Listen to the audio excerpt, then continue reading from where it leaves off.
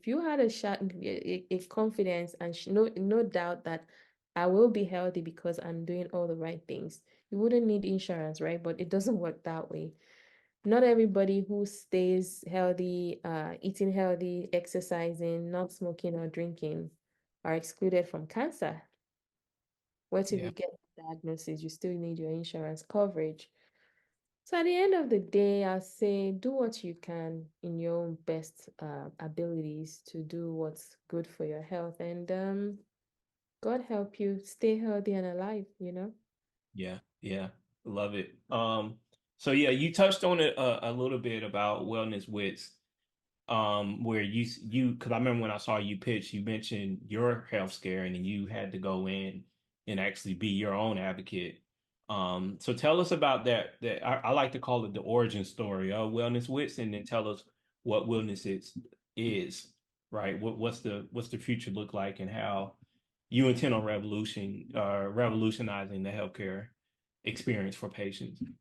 Yeah, that's a great question. Okay, so let me start by saying Wellness Wits is a digital health company for shared medical appointments done in person or online.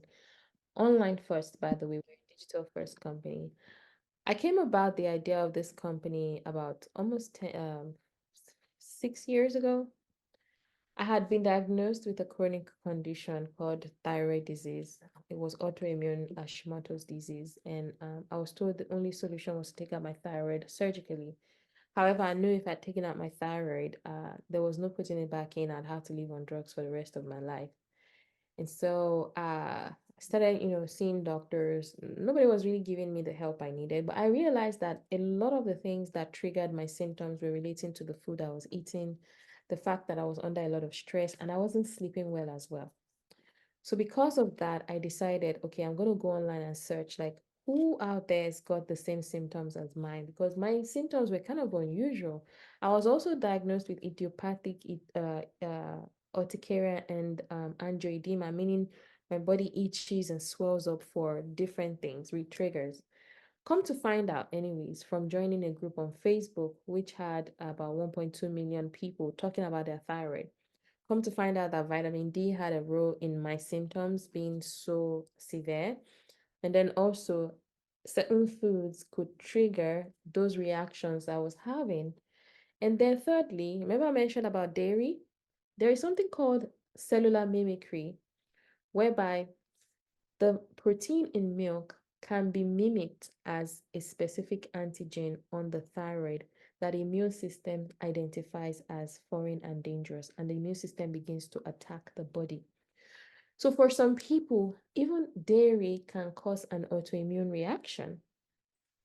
So, when you put all of that together, I realized that none of those were addressed by my doctors. So I began to help myself recover by removing dairy. I even removed gluten. I started taking time to really sleep, removed most stressors from my life. Would you believe within 3 months, my thyroid numbers went from 1,121 antibodies down to about 600. It was exactly 600 when I saw the results. Like, wow, almost half of these antibodies are cleared off my system just from lifestyle changes. That was when it rang in my head that I'm not taking out my thyroid. I'm going to keep this going to see how far I could take it. By the 6th month, my numbers were down to about 100, and the rest is history. I didn't take out my thyroid. 3 years in a row, I've been given a clear from my doctors that I no longer have autoimmunity. So, how did that happen? I almost got a surgery, a life changing, life altering surgery that I was able to avoid just by making changes to my diet and my lifestyle. Like, no joke. Yes, I did take a few supplements. I took vitamin D, I took magnesium, and a few things just to bring my, because I asked them to get some testing done on my micronutrient levels, and I began to fill up the gaps. Like, okay, I'm low in D, let me now get vitamin D. And so, with that being said, it made me aware of the fact that there is a problem of healthcare consumerism that doctors are not even a part of. And so, with all the misinformation and disinformation, there's also good information. But I also realized in that group that a lot of people had biases against their doctors. Remember, I told you that doctors now have a bad rap amongst consumers. Part of it is that my doctor doesn't spend enough time listening to me. They keep increasing my dose and I'm not feeling better. They don't spend time to explain my drugs, all of that.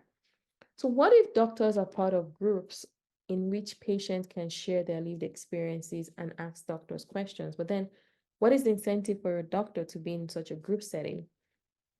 So, I began to do more research. I don't know exactly when the light bulb went off in my head, but I found something online called shared medical appointments, where insurance pays doctors to see their patients in groups as if they've been seen one on one with certain conditions that must be checked off.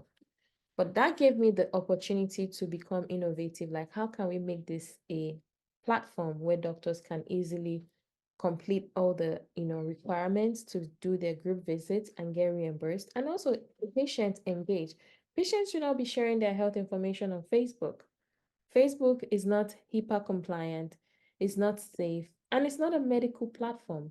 So that's why we decided to create Wellness Wits, so people can safely and securely share their information anonymously and have a doctor have oversight on the social narrative they experience regarding their chronic conditions. So that's the backstory of Wellness Wits. Love it. And there's a couple things that I want to point out because it's like my career, like working in tech and also doing entrepreneurship. One area that I found that's really good for finding innovation is looking at what regulation is, right? And the one thing that I love that you said, you said that you found a stipulation that said that people can have shared appointments within these certain boundaries, right? And that's the excellent part about being what I would call like a domain specific entrepreneur, because there's things that you see as a doctor that I just can't see, right? Um, there was something else that you said too. But yeah, that to me, I'm like, I think you can't say that loud enough. And I've actually have told people like, look at one area, a great area of innovation is looking at, where regulation is and where do you perceive it going. I also like to look at what the black market is doing, right? Because that can be a good source of figuring out what's the next wave. But yeah, so wow, that's to me that really stuck out, and I want people to really pay attention to that. Like, pay attention to regulation. Like, Mhm, what is the regulation saying? mhm. So, so yeah, so you join this group.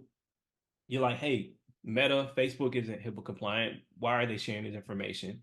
So, what was your next step from going to? I wouldn't say ideation, but inspiration to actually launching. Walk us through that. Yeah, so one of my team members heard about a competition from the American Academy of Pain Medicine. And so they were having a competition for pain innovation. So, first time ever pitching, I won the competition amongst three others, no, five other startups. There were different categories. In my category, I was the winner. So that kind of gave me the idea that, hey, this is actually something people want, doctors want. I can build a business out of this. And so initially, I started off as a consultant for doctors to learn how to do it.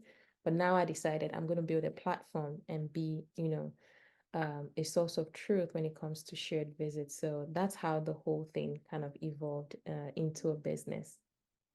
Mm, so you started out as consulting, and then when did you? Oh, and I know this is super late, but congratulations on winning that competition.